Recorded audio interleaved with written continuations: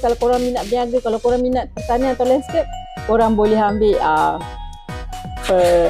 pertanian, korang boleh ambil landscape. Okey, kalau korang minat tu korang boleh start dengan asasi sains. Asasi sains pun sama juga.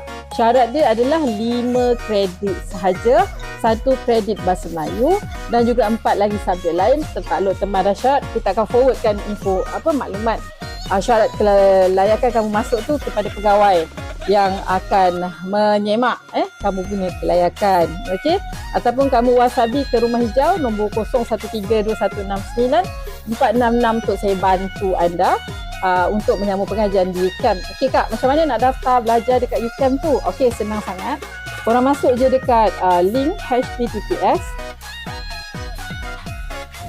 Contoh kamu dah ada 5 kredit SPM, nak sambung asasi pengurusan perniagaan ataupun asasi sains. So terus dia masuk dekat link permohonan. Dekat link yang saya dah kongsikan tu, dekat Jihan Nuria tu, moderator dah sharingkan. So korang tekan je button link tu, dia akan terus pergi permohonan dan masukkan butiran-butiran. Hanya 1 helai setengah je.